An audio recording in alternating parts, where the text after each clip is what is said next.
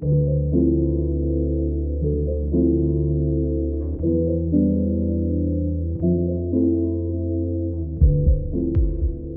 episode contains distressing themes and descriptions of violence.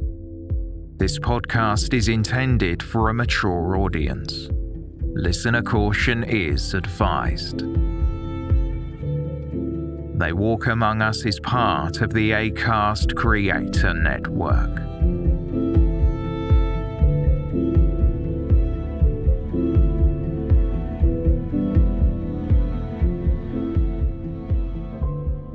The prisoner is probably the youngest person actively concerned in the investigation of this case. You may build round a case of this kind a mountain of motive. You may surround it with suspicion. But if you do not prove the person whose death you are investigating was murdered, your mountain of motive and all your suspicion are without value. James Dale Castles, Sussex Assizes, March 1930.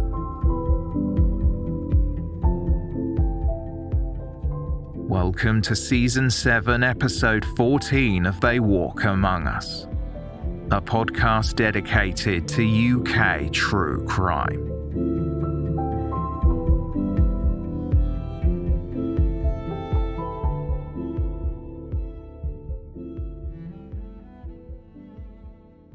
Margate on the southeast coast of England was a popular tourist destination in the 1920s. People came in droves to experience the sandy beaches, the theme park and modern pier. Being a hotelier was big business, even though it was midweek during that late October. The Hotel Metropole on Margate seafront was bustling with guests. However, most of the visitors at that time of year stayed for business, not pleasure, like travelling salesmen. The hectic Wednesday had almost drawn to a close at 11:40 p.m. on October 23, 1929. The quiet was broken when guests were disturbed by a scantily clad man running down the stairs from the first floor, calling for the boots, a term for porters. Dressed in just a vest, 30-year-old Sidney Harry Fox shouted for help and screamed at those people gathered in the lobby that there was a fire upstairs. Samuel Hopkins, a travelling salesman who was staying at the hotel, later recalled that the man who was shouting looked petrified, quote, as if he had almost lost his head. Hopkins followed Fox up the stairs to room 67, which was filled with smoke. Fox rushed back out to the corridor and pointed to the next room, 66, and said, "My mother is in there. Open it." Hopkins opened the door, but was immediately knocked back by the thick smoke emanating from the room. The air was so dense and dark that he could not see, even when he went outside and tried to enter for a second time. Sensing the panic around him, Hopkins wasted no time, tying his handkerchief around his mouth and crawling into the blackened room. The only light seen through the smoke was a glowing red globe, a lamp illuminating the corner of the room. Feeling around in front of him, Hopkins' hands came into contact with someone's leg. A semi-naked female was lying on the left side of a bed, close to the door. Her other leg was hanging off the opposite side of the bed near the source of the fire. Hopkins put one arm beneath the woman's legs and another behind her neck, dragging her from the bed to the carpeted floor. As he pulled her from the burning room into the crowded corridor, Hopkins began to feel the effects of the smoke. Just as he had carried the woman to the landing, he heard Fox say, "My mummy, my mummy." Overcome by the fumes, Hopkins collapsed, It would take him a full 3 weeks to recover. As 2 men ran into the room to try and extinguish the smouldering fire, attempts were made by guests in the corridor to resuscitate the woman who would later be identified as 63-year-old Rosaline Fox. Reginald Leonard Reed pulled a smoking armchair from room 66 that seemed to have been sitting directly above the source of the fire. Reed returned to the room to stamp on an incandescent patch of carpet and poured water on the floor, while another guest braved the fumes to turn off the gas stove, positioned close to the charred carpet. Local officers P.C. Bray and P.S. Fleet arrived within minutes and took over resuscitation attempts as they fought in vain to save the dying woman. By the time the fire brigade arrived in 2 vehicles, the fire had been extinguished and the smoke was dissipating through the open window in room 66. Local GPs Dr. Austin and Dr. Nichols were urgently summoned to the hotel, but sadly nothing could be done. Dr. Austin pronounced Rosaline Fox dead shortly before midnight. The doctor believed she had succumbed to shock and suffocation as a result of the fire. Sidney Fox had been taken to another room, awaiting word on his mother's condition, unaware of what had happened. Dr. Robert Nichol was sent to break the news to the woman's distraught son, but chose to do it as gently as possible, without telling him directly that his mother was dead. The doctor mentioned that the coroner had been informed and an inquest would be held, so it was in Fox's best interest to retain a solicitor.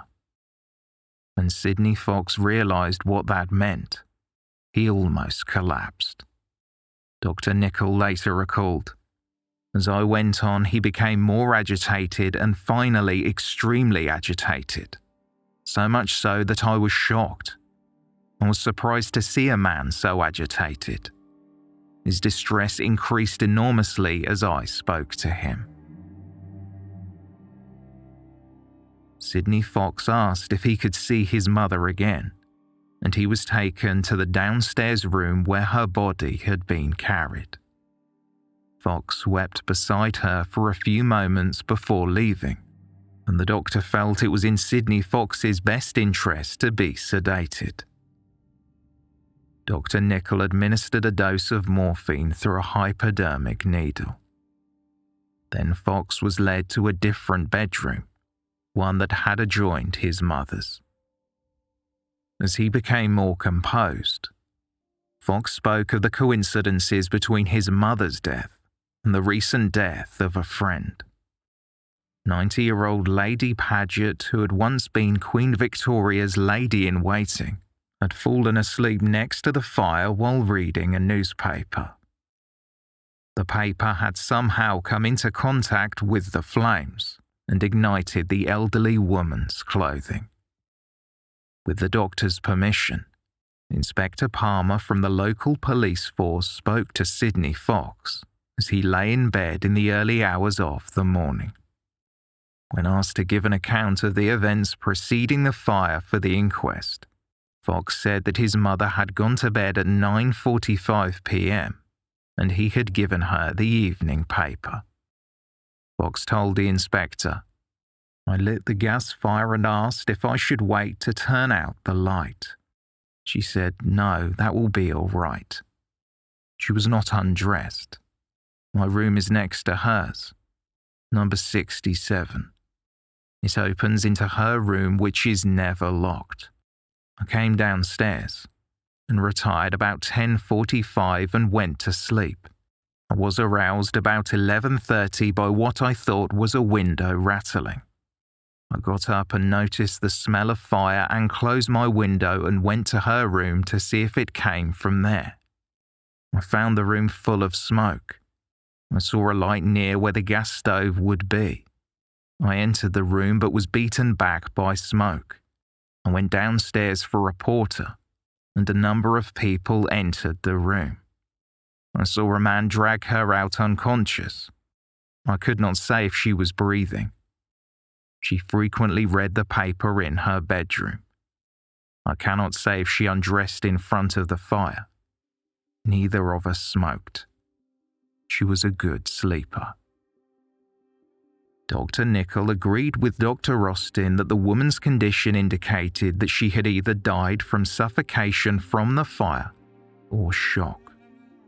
They saw no signs of physical violence or foul play. No post-mortem examination was conducted as a result of their opinions.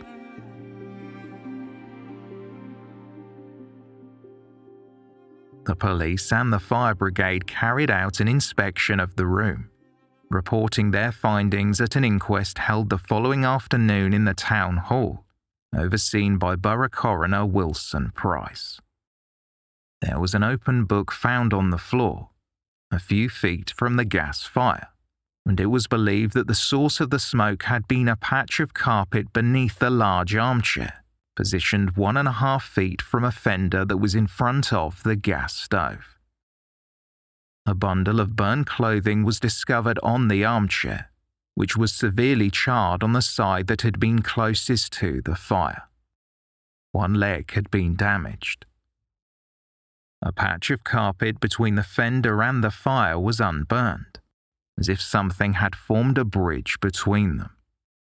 One officer suggested that a piece of newspaper might have been ignited by the gas fire, and the flames travelled beneath the chair where they caused the carpet to smoulder. The fire destroyed the bottom of the chair, causing the stuffing to fall down onto the glowing embers below. Chief Officer Hammond from the fire brigade formed the opinion that Mrs. Fox had undressed in front of the fire, and some portion of her clothing had come into contact with the flames before it was dropped on the ground where it smouldered. Hammond reported that it was purely incandescent fire that burned without a flame, destroying the patch of carpet and underlay. Furthermore, a burned piece of underwear was discovered on the floor close to the underside of the chair, and stockings had been draped across the side of the armchair, subsequently being charred by the heat. Mrs. Fox's dress was found hanging behind the door. Her shoes sat beneath the bed, and her worn-out dentures had been placed in a basin. There was no trace of any luggage, jewellery or other belongings in the room, apart from a badly burned handbag sitting on the armchair. Sidney Fox had asked if the £24 he had given to his mother from a recently cashed cheque was still in the bag, but nothing was found other than a postcard. Dr. Austin told the coroner that Mrs. Fox's death was a result of smoke inhalation, which caused her to suffocate. There were no signs of any burn injuries, apart from a tinge of redness on her lips that could be attributed to carbon monoxide poisoning. There was nothing in the woman's appearance that indicated she had died from anything other than smoke inhalation. The coroner instructed the jury to return a verdict of death by misadventure. It was seen simply as a tragic accident. Coroner William Price commended the guests at the hotel, who had done everything they could in the circumstances to try and rescue Mrs. Fox and extinguish the fire. The coroner also expressed his sympathy to Sidney Fox, who through his solicitor Mr. Wilson, thanked those who had done strenuous, laborious and dangerous work in an attempt to save his mother's life.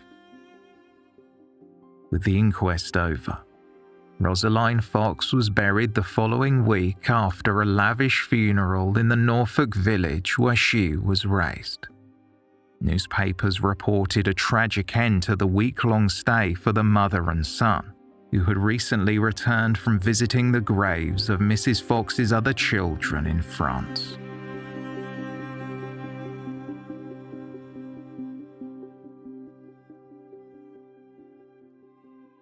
Rosaline Fox was the daughter of a farm labourer born in Great Frensham. The little Norfolk village between Norwich and King's Lynn had a small population, but few locals remembered much about Rosaline.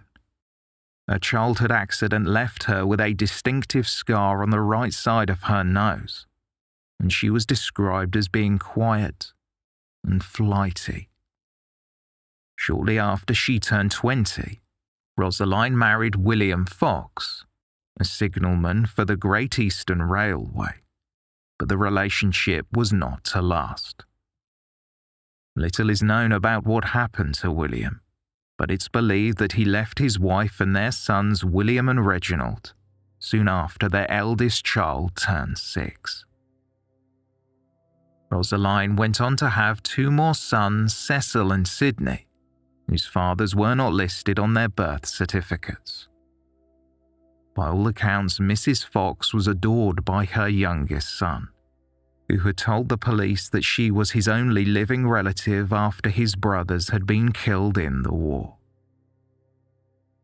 It seemed admirable that a family from such a disadvantaged background would rise to such a social ranking, allowing them to stay in upmarket hotels for days at a time. But to others, the situation rang alarm bells. Within days of Mrs. Fox's funeral, the police had received information from a claims investigator who found it suspicious that Rosaline Fox's life had been insured up until midnight on the day of her death. The benefactor, her youngest son, Sidney. Sidney Fox had a history of duplicity, and when it was discovered that he had obtained credit by fraudulent means, to the extent of just under £30, which is equal to around £1,300 in today's money, he was arrested in Norwich and charged as an undisclosed bankrupt who had outstanding liabilities totalling £267. Fox owed the Hotel Metropole in Margate £12, 4 shillings and 8 pence. He also owed £15, 5 shillings to the Royal Pavilion Hotel in Folkestone. What's more, he had cashed a fake cheque for £2 in a chemist, but he had a string of similar convictions that stemmed from his childhood. Just before he turned 13, Sidney Fox was caught pocketing the money he had collected for a charitable organisation. For the theft, he was thrashed with a birch rod, a punishment known as birching. The practice of flogging a young male offender with a stick or other similar tool was commonly ordered by the court as a punishment. The caning for the crime was carried out by an East Dereham officer. Corporal punishment did little to dissuade young Sidney Fox from his deceptive ways of obtaining money, even when he was offered a position as a page boy for an affluent family in the West End.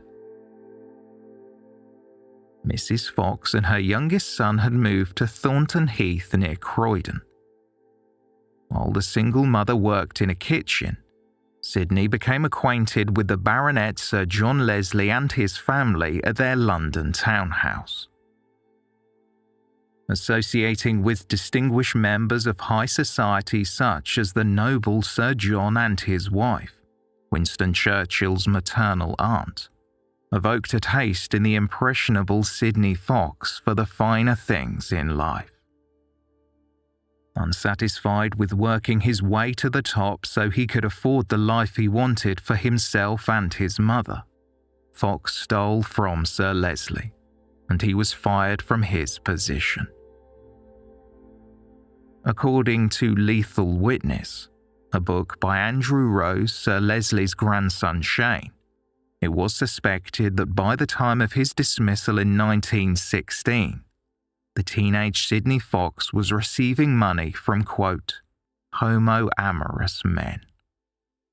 Fox was then able to gain employment at Cox's Bank in Charing Cross, London, and to fund his exploits, he began to forge cheques in customers' names.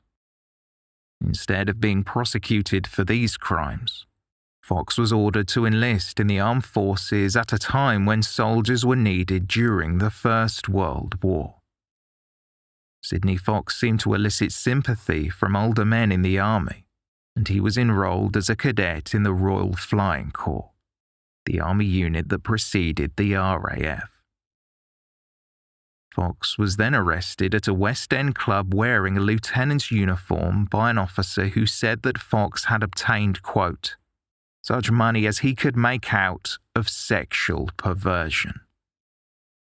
In the early 1900s, being gay was a criminal offence punishable by a sentence of between 10 years to life in prison with hard labour.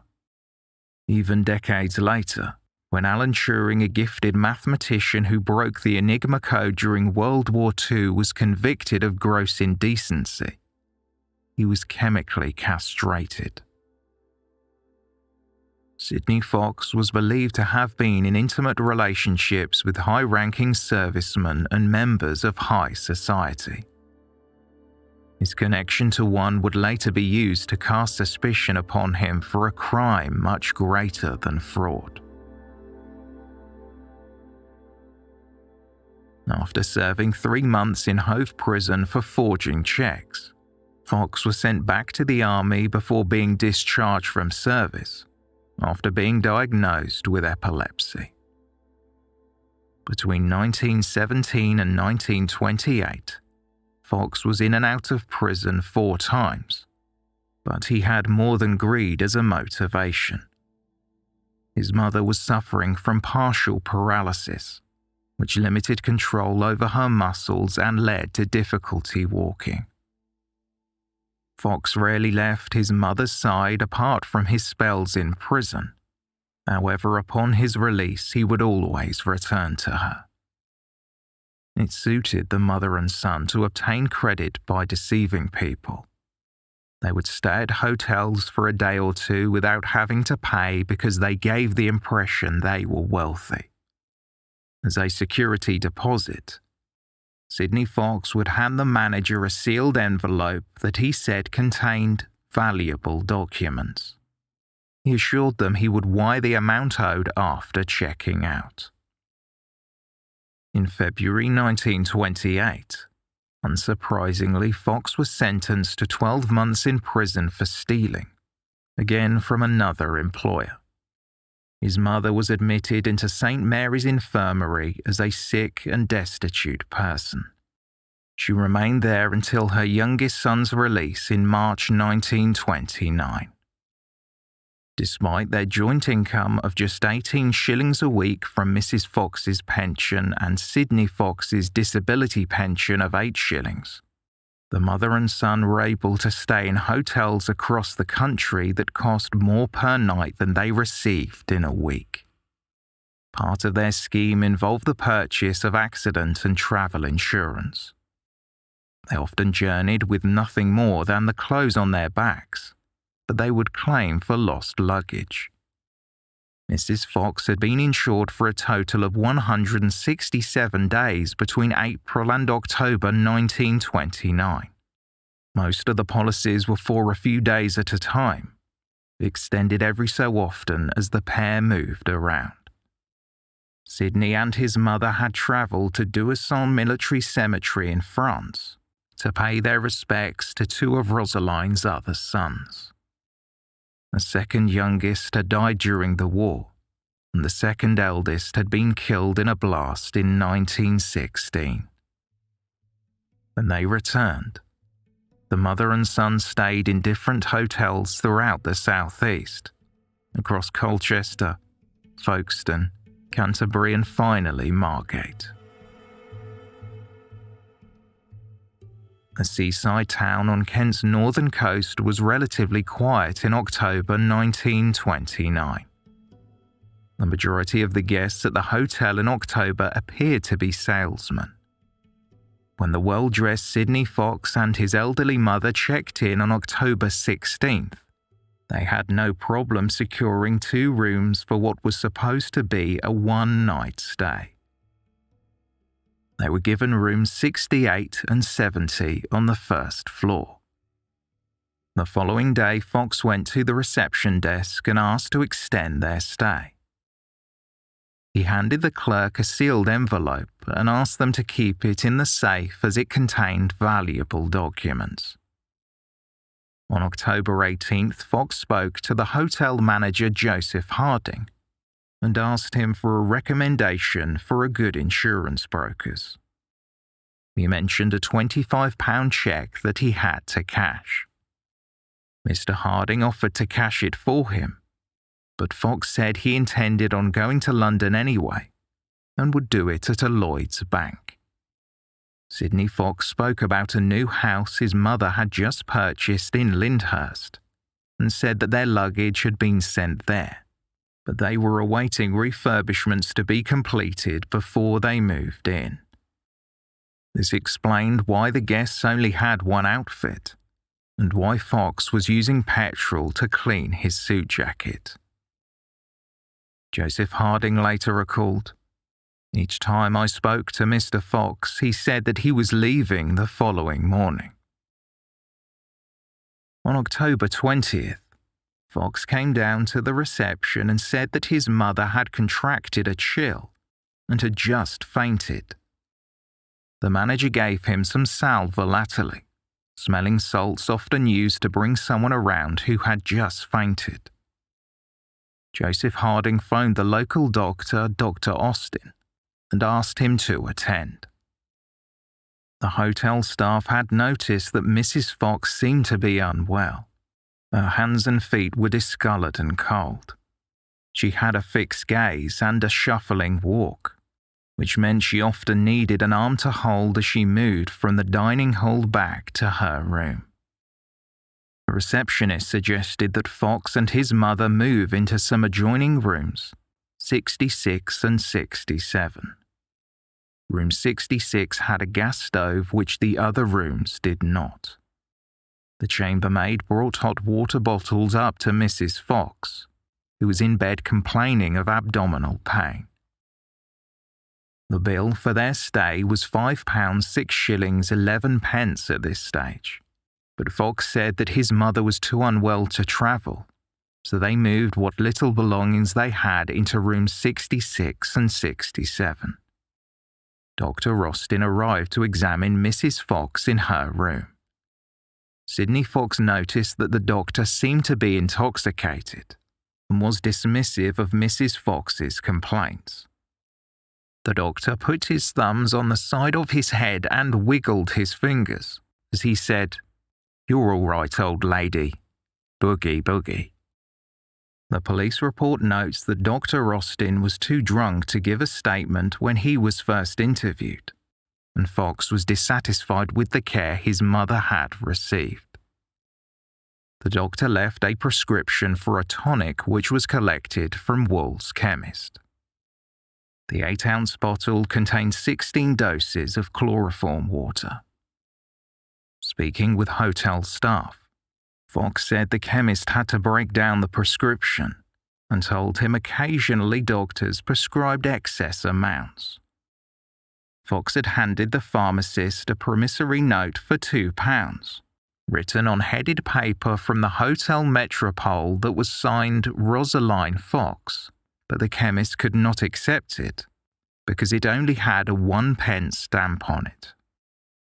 Mrs. Fox's condition improved, and before heading to London the following morning, Fox went back to the chemist and spoke with an assistant.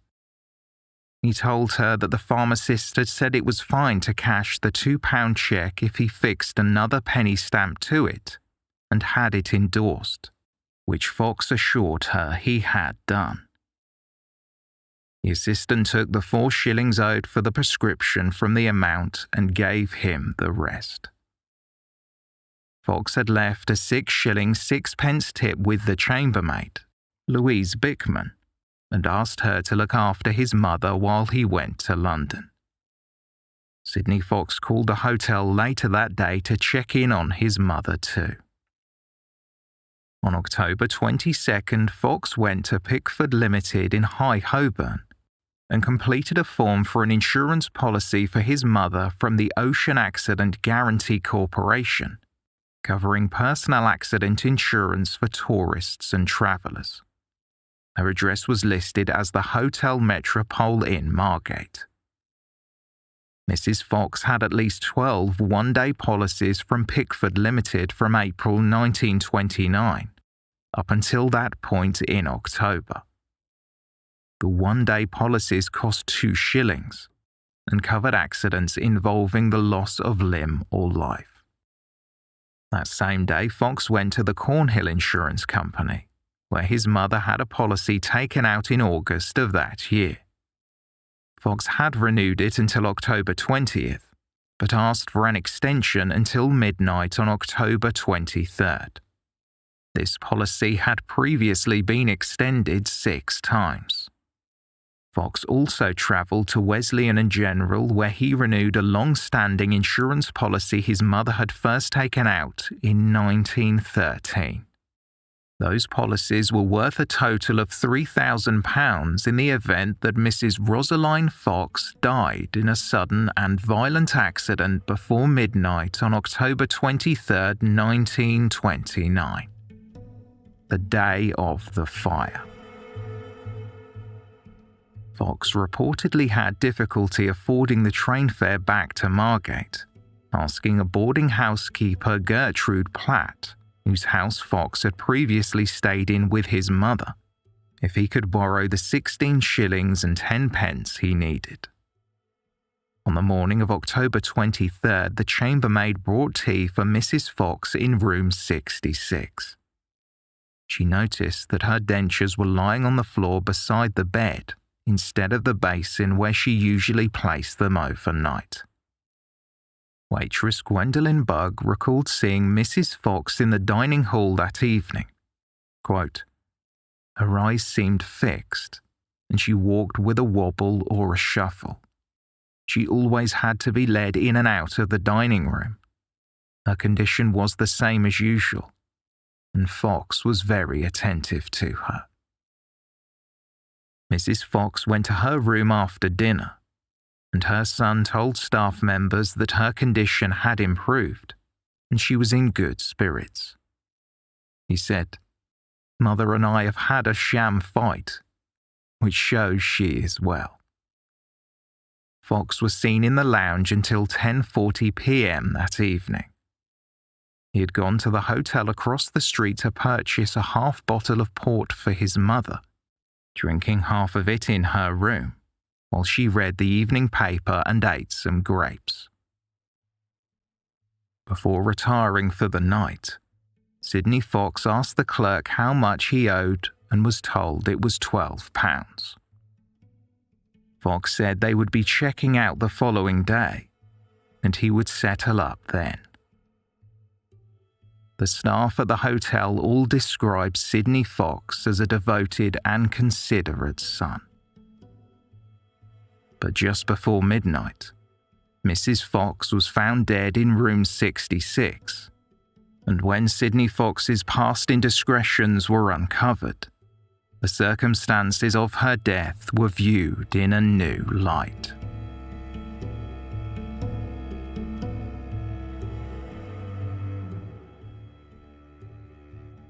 With knowledge of the mother and son's tendency to deceive hotel staff and misrepresent themselves as members of high society, as well as Fox's relationships with well-respected men in power, the police arrested him on November 4th in Norwich.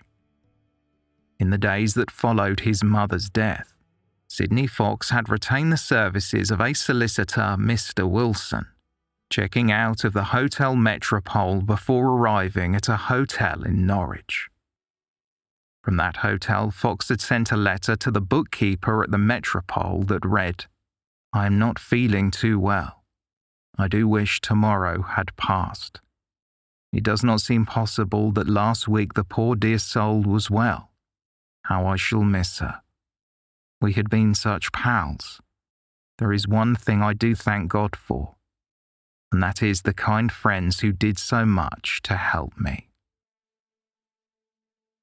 Sidney Fox was detained at Norwich Police Station and charged with obtaining credit under false pretenses. The cheque he had cashed at the chemist had been returned because his mother did not have an account at that bank, and he had not come up with the funds for the week-long stay at the hotel. When it emerged that Fox had tried to claim the insurance money and that he was the sole benefactor of his mother's will, Scotland Yard was asked to assist in the investigation. Chief Inspector Hambrook was assigned to the case. Hambrook was one of the founding members of the Flying Squad, a branch of the constabulary that dealt with serious and organised crime. Hambrook's first job was to recover a large amount of evidence from a corporate refuse dump, as the contents of the hotel rooms had been cleared out and refurbished. Surprisingly helped by an army of volunteers, they recovered not only Rosaline Fox's clothing, but also the remainder of the scorched contents of the room. Also, Hambrook knew Sidney Fox. He had arrested him before, and labelled Fox's relationship with men as perversions. Investigators discovered that Sidney Fox had lied to the hotel manager at the Metropole about a number of things. There was no house in Lyndhurst. His mother did not have a bank account, and he was not Mrs. Fox's only surviving child. Her eldest son, William, had not seen his mother since January 1928, and only learned of her death through newspaper reports. Sidney Fox had been incensed when he was released from prison in 1929 and learned that his brother had not visited their mother at all. William had only been left 1 farthing in Mrs. Fox's will, along with a note in which she wrote that she hoped he would never seek to see his mother again. Sidney Fox had been given an advance of £25 and then £14 from his solicitor in anticipation of the insurance payout, but the £14 was seized upon his arrest for fraud. Fox pleaded not guilty to the charge and was granted bail.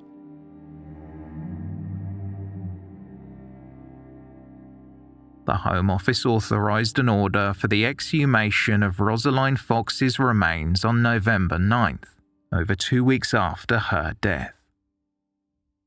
The examination was to be carried out by the renowned pathologist Sir Bernard Spilsbury, under the observation of Chief Inspector Hambrook. Under police supervision, workmen from Dereham erected a tarpaulin over the grave in Great Fransham.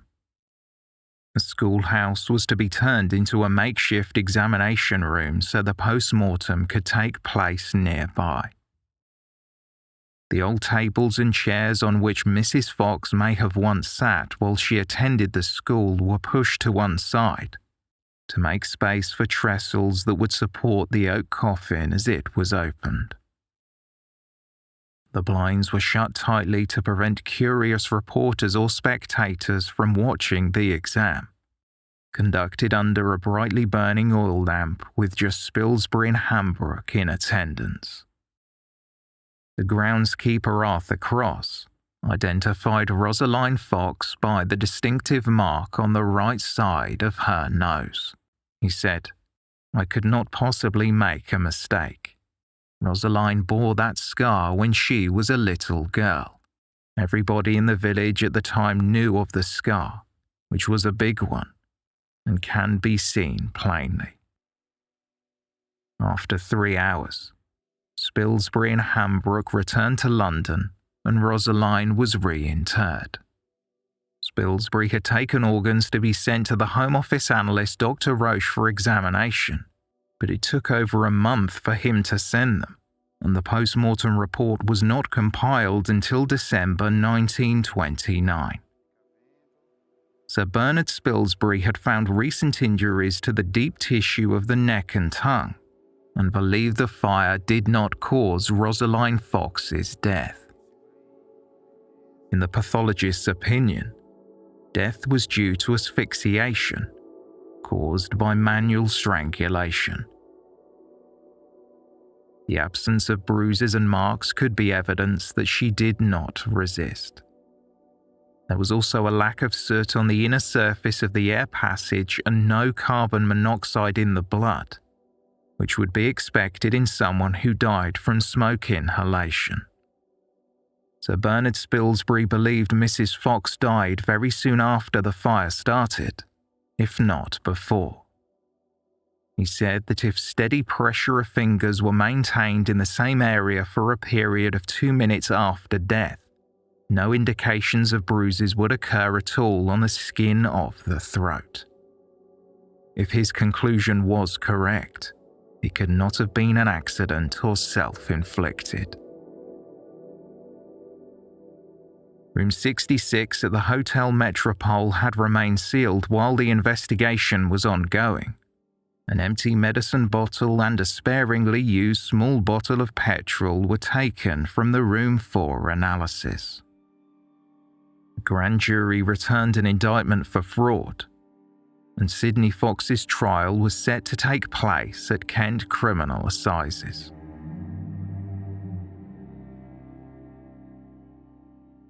While Sidney Fox was remanded in custody at Maidstone Prison to await his trial for fraud, he was brought before the Margate Magistrates' Court and charged with the murder of his mother.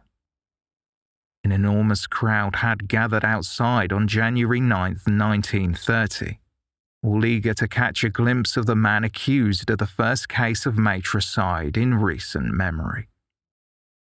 Sidney Fox was described as a young man of medium height with an exceptionally smart appearance. His mugshot pictured a slight smile. His dark hair, curly on top, was cut short on the sides. For his court appearance, he wore a well-fitted grey overcoat, a blue striped suit and a black tie. In response to the murder charge, Sidney Fox said, "It is absolutely untrue. I deny every word of it. I have nothing further to say until I have consulted my solicitor." 6 weeks of hearings followed. The evidence was laid out to determine if there was enough to commit Fox to trial. The Crown Prosecutor told the magistrates that Fox had been in dire need of money, and he had constantly lied about his circumstances before and after his mother's death. Mr. Cohen alleged that Fox had not been the devoted son he was described as, but instead had planned his mother's death in order to obtain an insurance payout. Cohen said, "If you draw from the facts, the only inference which I submit can be drawn, you will be driven to the conclusion that this show of affection was either assumed to deceive or due to remorse." Sidney Fox cried out in response, "How dare you say such a thing?" The Crown did not have to prove a motive behind the alleged murder, but asked the magistrates to consider how much £3,000 would mean to a man with no money and expensive taste. Mr. Cohen told the court that Fox and his mother were staying at a hotel that cost considerably more per night than their joint weekly income, and that Mrs. Fox had been found dead less than 20 minutes before the insurance policy expired that had been purchased the previous day. Based on the account given by Mr. Cohen and the report from Sir Bernard Spilsbury concluding that Mrs. Fox had been strangled, her son Sidney Fox was committed to trial for his mother's murder.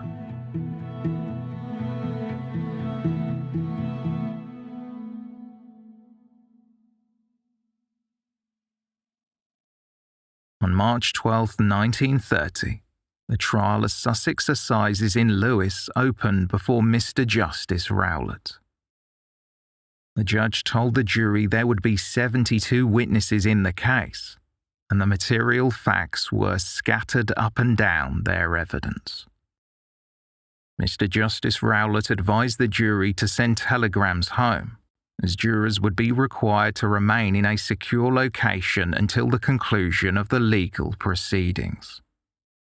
Judge Rowlett said, You will be prisoners for some days and cut off from the world. During the trial, Sidney Fox was the only prisoner housed in Lewes Jail, which was only used during assize court trials. The jury were kept isolated in a hotel, where they were allowed to go on walks accompanied by police officers, or listen to a gramophone as they played cards each evening.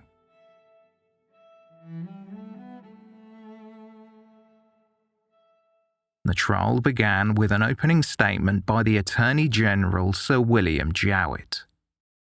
The unprecedented circumstances of the case had attracted a great deal of attention, and it was believed that the Attorney General headed the prosecution himself to prevent sensitive information about some high-ranking men from being revealed.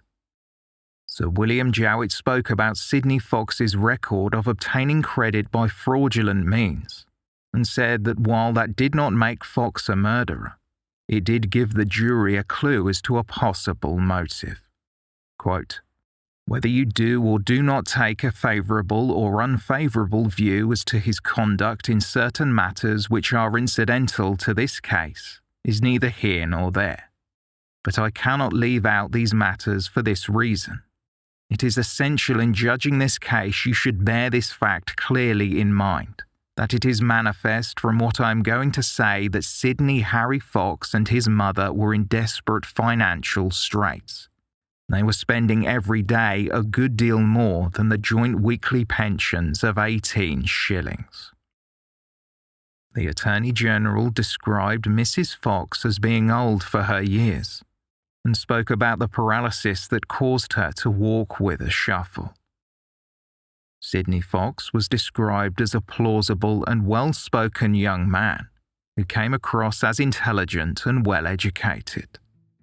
Sir William Jowett believed this allowed the pair to dupe hotel staff across the South East.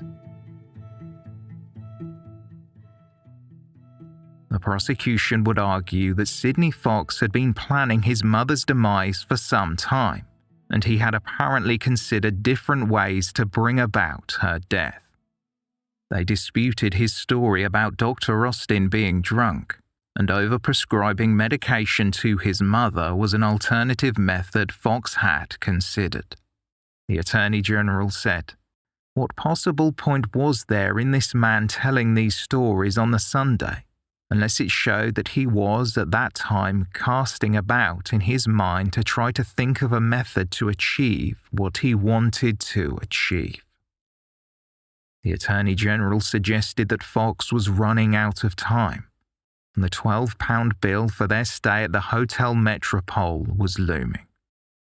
Sir William Jowett told the court, "You get this man in the position of being in desperate financial straits, and you have two policies in that man's pocket, one for £2,000, one for £1,000, which will become payable to him if by any chance his mother dies, and dies by external means during the currency of October 23rd, which is the following day."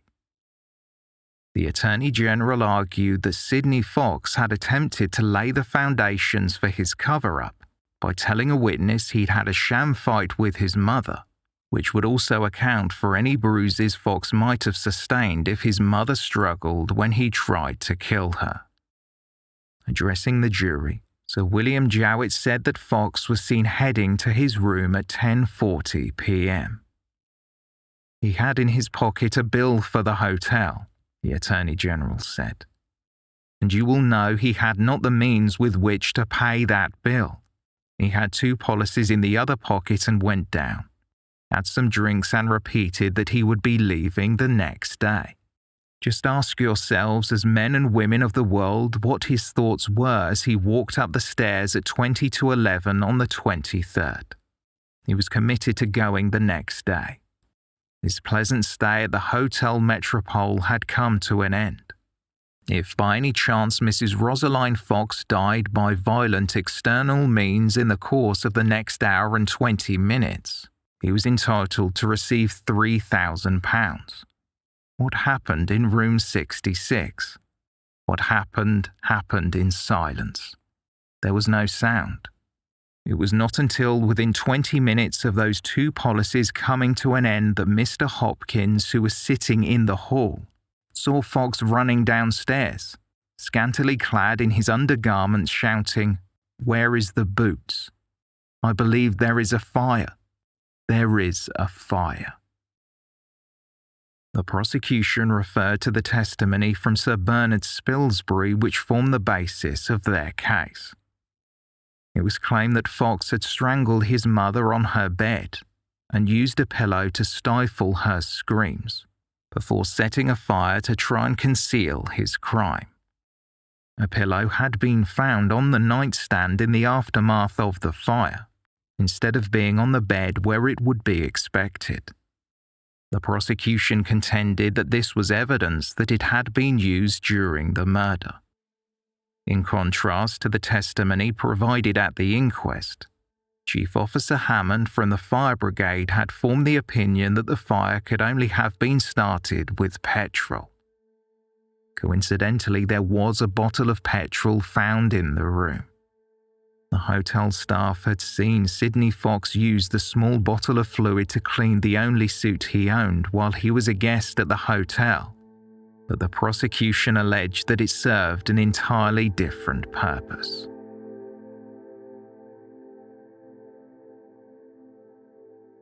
Evidence concerning Mrs. Fox's will, which was altered in April 1929, was given. Everything had been left to Sidney Fox, with the request that he only give small gifts to two of Rosalind Fox's friends. It also read, "To my son William Edward Fox, I leave the sum of 1 farthing, and sincerely hope he will never want his mother."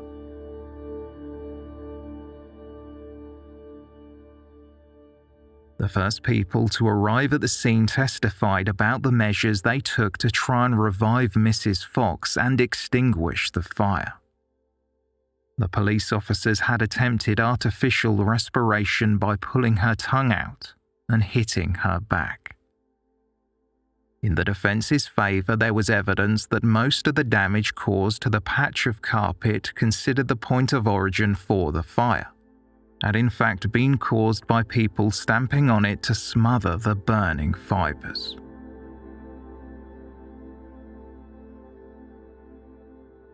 Testimony from the insurance brokers revealed that Sidney Fox explicitly requested an accidental death or injury policy that would expire at midnight on October 23rd.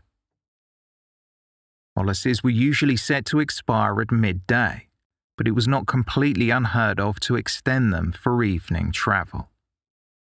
Fox apparently asked the insurance company employees questions about what was considered an accident. He queried whether food poisoning or drowning in the bath would be covered, but was told that they would not, as death could not be attributed to natural causes in those instances. A detailed reconstruction of room 66 had been set up in the back area of the court building because the judge did not have the jurisdiction to allow the jurors to travel to the Hotel Metropole. However, the jury were not permitted to access the area where the reconstruction had been placed, so with great difficulty, the gas stove, armchair, wicker chair and carpet were brought into the small space in front of the judge's bench and assembled around a table that was 1.5 feet wide that represented the floor. The fire chief performed a demonstration that the Telegraph newspaper referred to when they reported, "Rarely has a murder trial in England produced such remarkable scenes as those which mark today's hearing." Chief Officer Hammond held a match to the horsehair that was used to stuff the armchair to show how difficult it was to burn, but within seconds it became too hot for him to hold, and he dropped it onto the fender which had been used in the reconstruction where it burned out. Chief Hammond relented that the fire might have been caused by Mrs. Fox's clothes that had been left on the arm of the chair, if the clothing came into contact with the gas stove. However, unfortunately for the defence, the most damning testimony came from Sir Bernard Spilsbury, the notorious pathologist and acclaimed forensic expert for the Crown. Armed with a lifelike model of the human mouth, throat and windpipe, Spilsbury told the court that he found no sign of external injuries on Mrs. Fox. Still, he had discovered internal bruises on the back of the larynx, the left side of her tongue, and on the thyroid gland. He pointed to the locations where he claimed to have observed the bruises during the post-mortem, conducted on the day Mrs. Fox's body was exhumed. Spilsbury found no trace of carbon or soot in Mrs. Fox's air passages or blood, something he would expect to find in a case where a person had died from smoke inhalation. Sir Bernard Spilsbury commented that there was evidence of heart disease discovered during his examination, including fibrosis or plaque and a narrowing of the coronary artery. But he said, "Most of the pathological causes which I have described in the body are commonly found in elderly persons or are not in themselves serious. Fibrosis of the heart muscle associated with the disease of the artery of the heart may cause sudden death, but the disease of the artery found here was not sufficient, in my opinion, to explain the death. Fibrosis is seen in someone who has recently suffered a heart attack, but Spilsbury was adamant that Rosaline Fox's death was not caused by heart failure. Instead, he put forward the theory that Mrs. Fox had been manually strangled by someone while she was wearing her dentures, and that constant upward pressure on her larynx had caused her to asphyxiate and bite her tongue, explaining the bruises found. When he was cross-examined, Spilsbury admitted that he had not preserved the bruises, and no one apart from himself and the chief inspector had seen them. The bruises were not visible on the sections he had removed the following day, despite being referred to as the size of a half-crown. Spilsbury rejected the possibility that the darkened areas he saw were caused by putrefaction as the body decomposed. Another fact Spilsbury struggled to explain was how, if Fox had strangled his mother, the brittle bones in her neck did not break. The small bones in the neck that are often found with fractures in strangulation cases, the hyoid and cricoid bone, were fully intact during the autopsy. The bones are so easily broken that the pathologist accidentally snapped the hyoid bone twice while examining it. But he still contended that Sidney Fox had managed to strangle his mother without leaving any external signs of violence or hallmark traits seen in similar cases.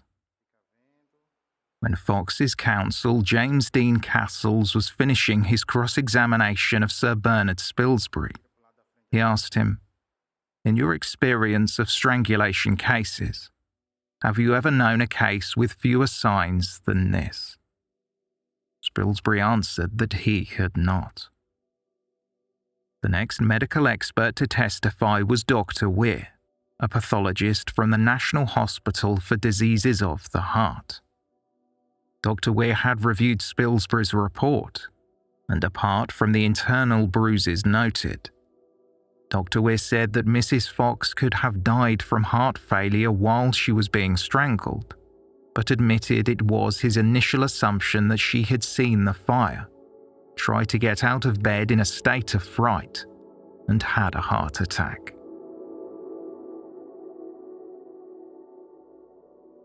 Once the prosecution had concluded their presentation, Sidney Fox's counsel addressed the jury. Describing it as a profoundly difficult case, James Dale Castles said, "Fox was brought up by his mother, a widow. He has known no other companion than the mother for whose death it is alleged he is responsible. I'm not going to present this young man to you as a man who tells the truth. I present him as a liar. I present him to you as one who over and over again has stayed with his mother in hotels and has left without paying.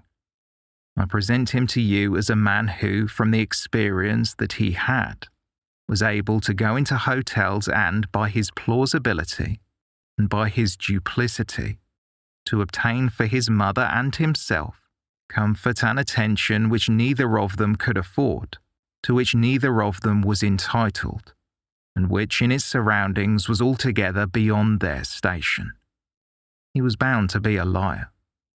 He could not have conducted himself there without representing himself to be something far bigger than he really was. And you may well reflect that old woman must have had many an awkward and difficult moment in the course of her life, which she was spending with her son at that particular time. He lied about his position financially, future and past, but you are a long way from finding murder proved because you find that a man has gone from hotel to hotel without being able to afford it, or because being an undischarged bankrupt for £267 he is therefore to be regarded as an individual likely to have a motive of murder.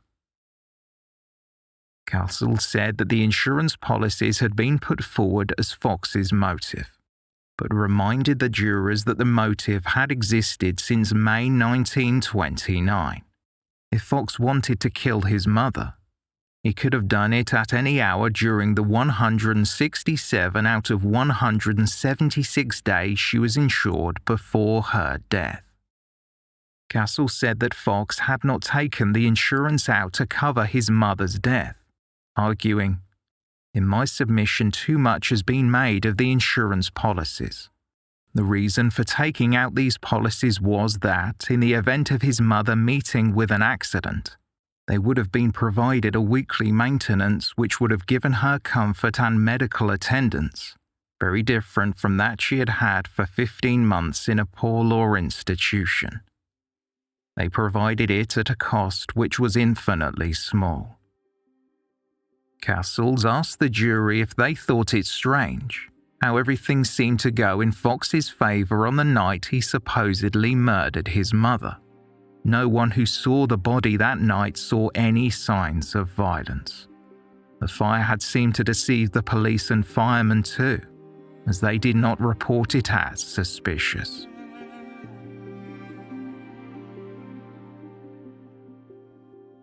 At 10:38 a.m. on March 19, 1930, Sidney Fox entered the witness box in his overcoat and swore the oath in a quiet but firm voice. He was pale but composed as he described his life. Fox said that he had just turned 31 years old, and after the deaths of his older brothers and his own military service, his mother began to get sick in 1926. They lived together, and Fox said he had worked odd jobs to support his mother, some not as honest as others.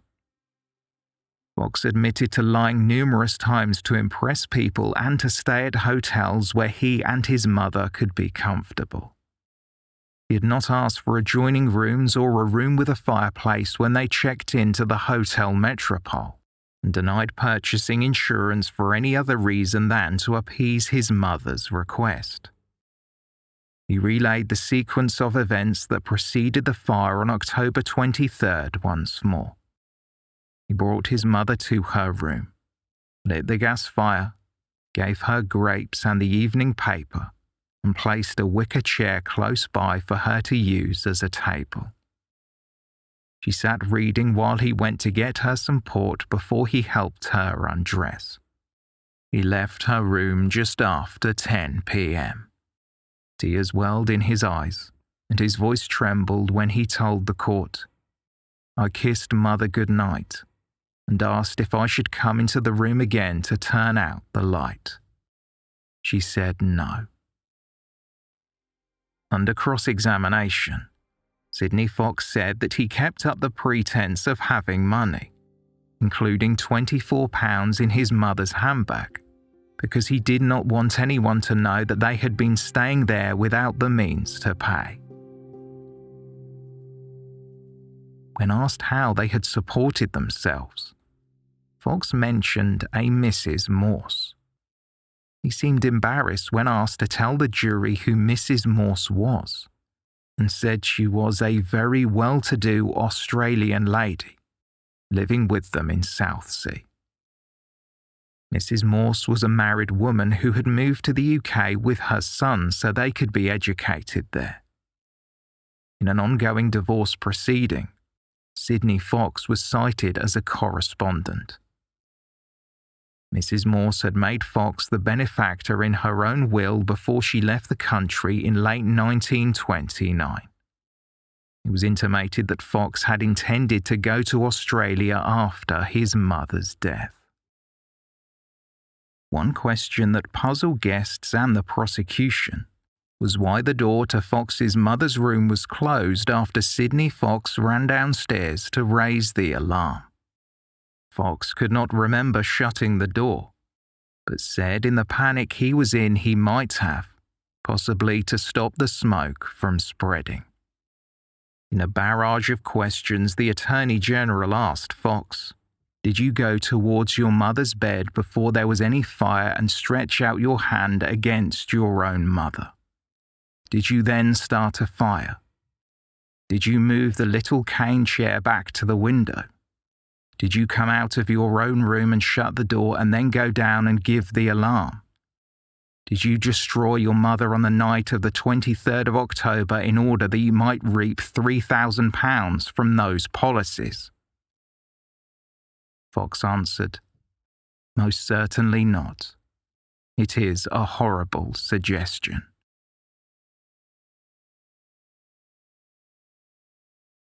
Medical experts for the defence began their testimony next. Professor Smith from Edinburgh University said he had never seen a strangulation case involving an older person where the hyoid bone had not been broken. Smith explained he could not see anything on the larynx or thyroid that he would call a bruise. In reference to the alleged bruise on Mrs. Fox's tongue, he said that it was possible that she had bitten it while eating, or that it had been bruised when the police had pulled her tongue out when they were trying to revive her. Professor Smith did not believe she had been strangled, and said the position of her body suggested she had died while trying to get out of bed. The professor postulated that she had woken up and found the room full of smoke, and that fright caused heart failure. Professor Smith said that Mrs. Fox's heart was in such an advanced state of degeneration and her kidneys were cirrhosed that any additional strain or exertion would tend to precipitate death.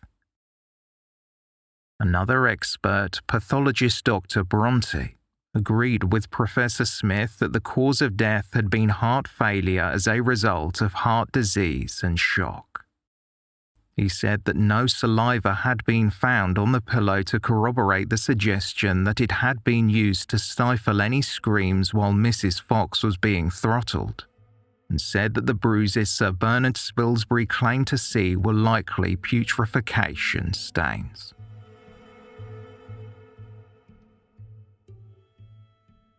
In his closing address on March 20th, Fox's counsel James Castle said, "It is going to be a very sorry day for the administration of criminal justice in this land if we are to be thrust into such a position that because Sir Bernard expresses an opinion on it is of such weight that it must be accepted.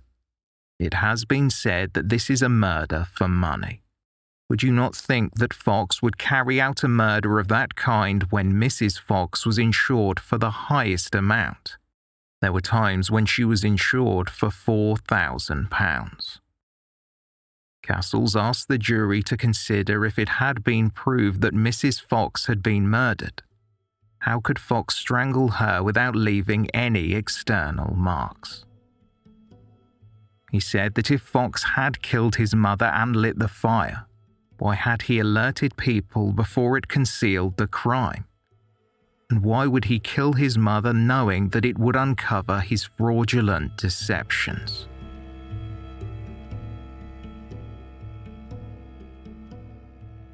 Sir Henry Curtis Bennet delivered the closing argument for the Crown, as the Attorney General had been summoned to London. Bennett told the jury of 10 men and 2 women that the case had the strongest possible motive, a double motive, in that Fox would inherit money from the insurance policies and would be free to go to Australia to a wealthy woman who was willing to leave him a fortune.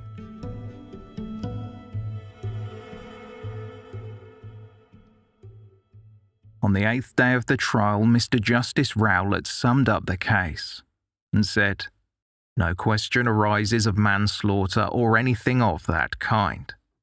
It is murder or nothing. The crime Fox is said to have committed is a very horrible one, and if he is guilty of it, he is guilty of a very cruel and treacherous murder. It is a case of circumstantial evidence, and it has been said this circumstantial evidence may be very complete and convincing. Circumstances may point to one conclusion, but if one circumstance is not consistent with guilt, it breaks the whole thing down. What you want is an array of circumstances which point only to one conclusion, and to all reasonable minds to that conclusion only. Consider everything together. If Fox committed the murder in the way alleged, he took a very big risk. Insofar as the place it was perpetrated was concerned, these people were living this extraordinary life in this hotel. They were living quite dishonestly, but carrying it through by the magnificent way of talking." The judge made a point of saying that the unbroken hyoid bone was a very strong point in favour of the accused, and it was a case of slight symptoms and obscure causes that rested on what Spilsbury saw just once, despite the larynx being preserved in formulation. Concluding his final remarks, the judge told the jury, "You have been asked to consider how you will feel in 10 years' time. If that means it is a much more comfortable thing not to do your duty, seeking comfort in that way, it is only a form of self-indulgence. If you want to feel real comfort, the way is to face your duty and do it. There is an end of it. Consider your verdict."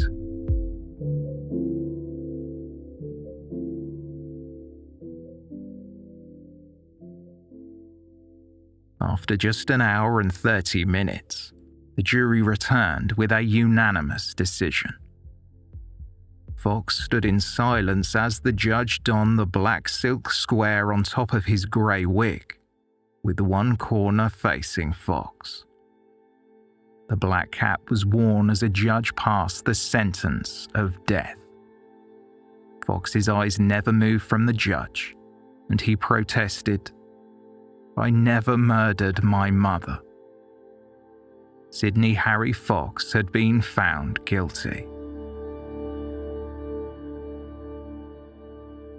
Fox seemed as though he would collapse as the judge informed him of his fate, and when he was led down the stairs by the court officers, he had to be supported on both sides.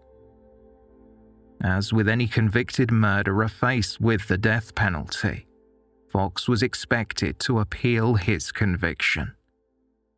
His execution date had been set for April 8th at Maidstone Prison by the High Sheriff of Kent, but his counsel found that there were no grounds to appeal, which would be justified by the court. The defence had asked the Home Secretary for a review of the pathological evidence by an independent medical committee, based on conflicting testimony, but their request was denied. Many convicted murderers appealed on the grounds of a mental condition, as English law dictated that no person convicted of murder could be hanged if they became insane after sentencing, because they, quote, "could not by reason of a disordered mind make their peace with God." But Sidney Fox refused to appeal on the grounds of insanity. One newspaper report read, "During the past 10 years, practically every man convicted of murder has applied to criminal court either by way of actual appeal or of an application for leave to appeal. It is difficult to recall any recent convicted murderer who has not almost automatically sought to upset his conviction. Sidney Fox was one of very few, if not the first, to not appeal an execution since 1908.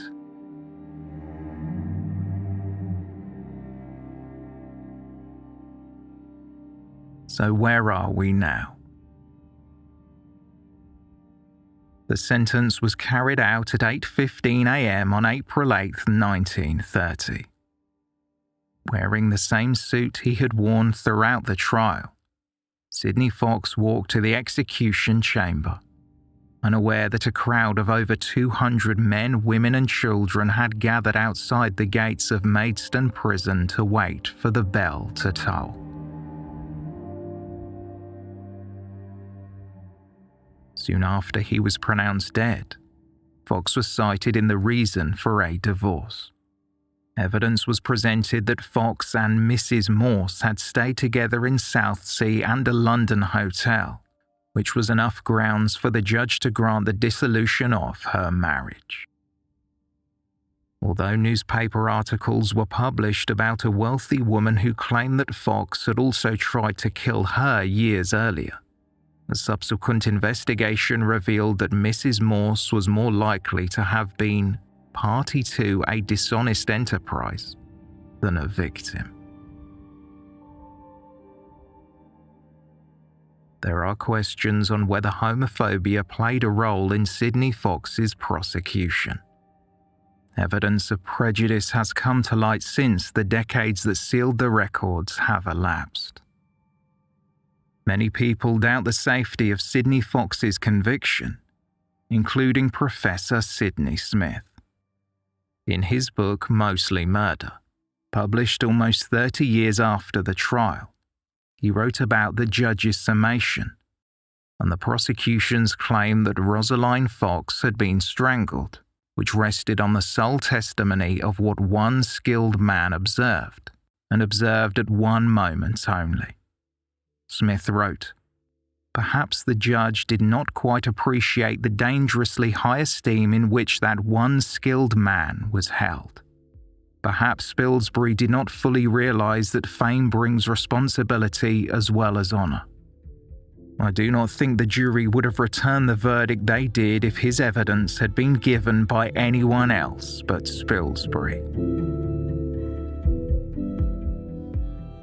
Sidney Harry Fox was buried on the grounds of Maidstone Prison as the last prisoner to have ever been executed there.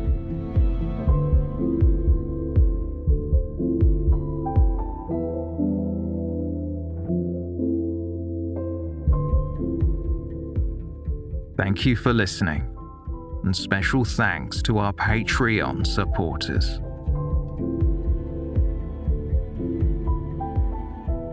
For more information on this episode, please see the show notes or visit our website, theywalkamonguspodcast.com.